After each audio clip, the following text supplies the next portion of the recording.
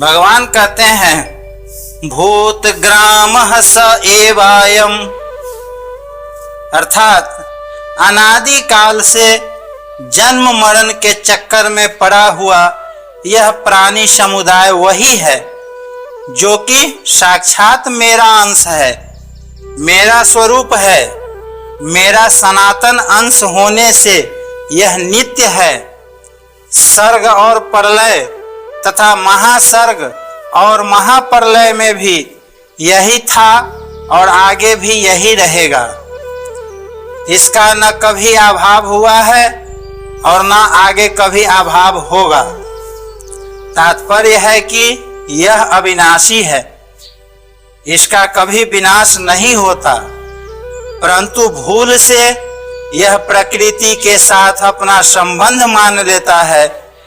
प्राकृत पदार्थ शरीर आदि तो बदलते रहते हैं, उत्पन्न और नष्ट होते रहते हैं, पर यह अनेक संबंध को पकड़े रहता है। यह कितने आश्चर्य की बात है कि संबंधी सांसारिक पदार्थ तो नहीं रहते, पर उनका संबंध रहता है, क्योंकि उस संबंध को स्वयं ने पकड़ा है।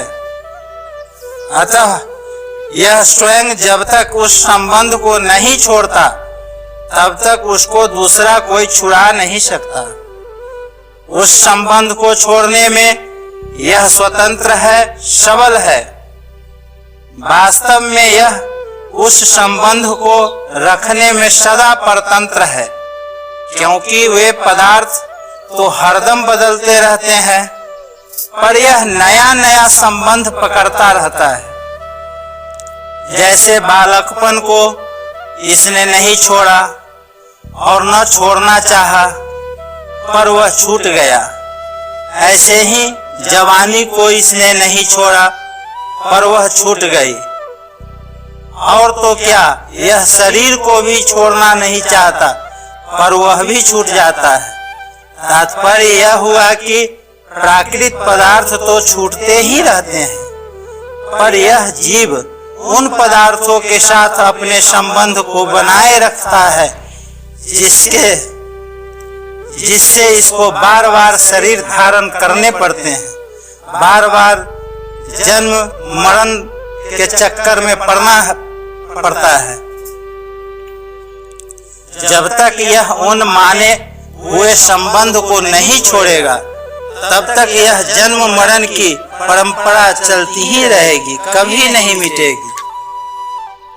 भगवान के द्वारा अकेले खेल नहीं हुआ, एकाकी न रमते, तो खेल खेलने के लिए अर्थात प्रेम का आदान प्रदान करने के लिए भगवान ने इस प्राणी समुदाय को शरीर रूप खिलौने के सहित प्रकट किया। खेल का यह नियम होता है कि खेल के पदार्थ केवल खेलने के लिए ही होते हैं, किसी के व्यक्तिगत नहीं होते। परंतु यह प्राणी समुदाय खेल खेलना तो भूल गया और खेल के पदार्थों को अर्थात शरीर को व्यक्तिगत मानने लगा। इसी से यह उनमें फंस गया और भगवान से सर्वथा विमुख हो गया।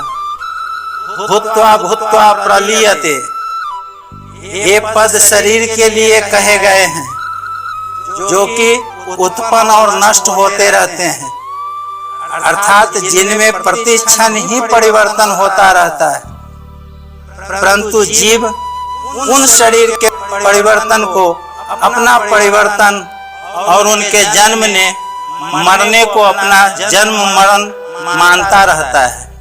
इसी मान्यता के कारण उसका जन्म मरण कहा जाता है। यह स्वयं सत्य स्वरूप है।